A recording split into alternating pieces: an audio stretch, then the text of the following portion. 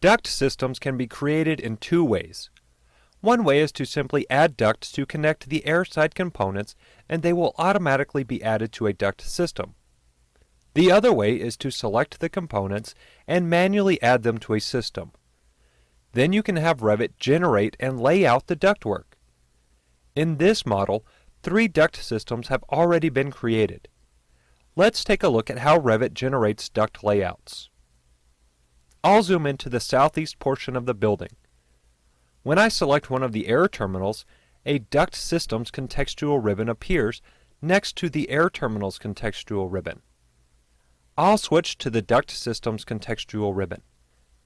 When I do, you can see a dashed line appears around all the components in the duct system. A dashed line also appears around each individual component. In the contextual ribbon, you can also see the name of the duct system in the system selector. I'll switch back to the Modify Air Terminals contextual ribbon. Pay attention to the tools in the Layout panel. Here, we have Generate Layout, Generate Placeholder, and Connect Into. The Generate Layout tool provides different layout solutions to add selected equipment and components to an HVAC airside system. The Generate Placeholder tool is pretty much the same, only it uses duct placeholders besides actual duct elements. Lastly, Connect Into will create a physical connection between a selected component and a duct. I'll click Generate Layout. When I do, Revit goes into Generate Layout mode. In a few seconds, several solutions have been provided. In the Options bar, you can expand the Solution Type drop-down and choose one of the solution types: Network, Perimeter, or Intersections. There are various layouts for each type. For example, I'll choose Network. Notice that for this solution type, there are 6 layouts. We are currently viewing one of 6. You can use the Next Solution and Previous Solution buttons to view the various layouts. I think that solution 1 of 6 will work the best. Also, if you have not specified the duct conversion settings in the Mechanical Settings dialog, you can do so now by clicking Settings. This opens the Duct Conversion Settings dialog. As you can see, these settings are for the supply air system type.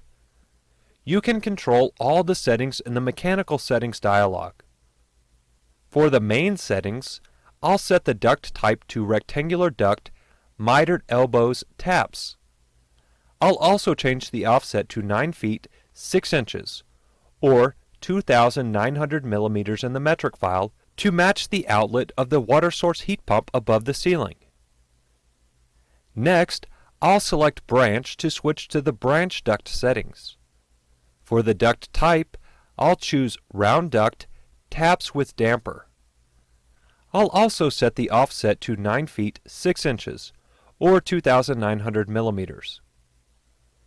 Then I'll set the Flex Duct type to Flex Duct Round, and click OK to close the Duct Conversion Settings dialog. If you do not see a solution that you like, you can choose Edit Layout in the contextual ribbon. Then you can select and move any of the main and branch duct route paths. You can also select Remove From System to remove any of the components from the system layout, or Add to System to add a component back into the system. Once you are satisfied with the layout solution, you can click Finish Layout and Revit will generate the layout. With the layout created, you can see that it still needs some modification before it is complete. For example, I'll select the end of the horizontal main and drag it slightly to the right. Next, in the HVAC panel of the Systems ribbon, I'll click Duct Fitting. I need to add an end cap to the end of the horizontal main in order to properly calculate flow. In the Type selector, I'll find the rectangular end cap and then click to place one at the end of the duct. Then I'll click Modify to end the command. Now, other than properly sizing the ductwork, the layout looks pretty good. I'll switch to the default 3D view so we can take a look at the results. If you do not feel comfortable using the Generate Layout tool, you can always create your own layouts fairly quickly. I'll switch back to the Level 2 HVAC plan view. I'll pan over to the middle system. Realize that when I select Water Source Heat Pump 2-2, several connectors appear. I can see the supply air connection indicated by the box with an X in the center. When I right-click on this connector, I can choose Draw Duct from the shortcut menu. When I do, the Duct tool becomes active and I can begin creating duct segments. In the type selector, I'll choose Mitered Elbows Taps. Then I'll create a vertical duct and a horizontal duct that matches the other system. Next, I'll press Escape once to end the current duct. In the type selector, I'll switch to Round Duct Taps with Damper. In the contextual ribbon, I'll make sure Tag on Placement is deselected. In the options bar, I'll change the diameter to a smaller size. The exact size is not critical at the moment.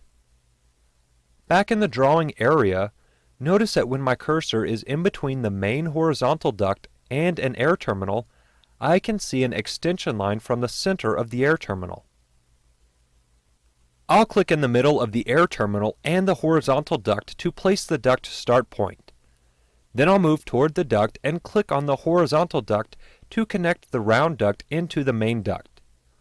Then I'll click Modify to end the command. Next, I'll select the round duct I just created.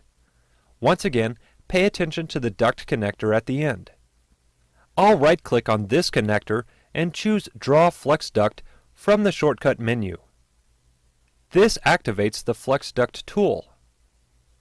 I'll click on the connector at the center of the air terminal to create a flex duct segment that connects the air terminal to the round duct. Then I'll click Modify to end the command. At this point, we have one air terminal connected. There are a few different options to connect the remaining air terminals.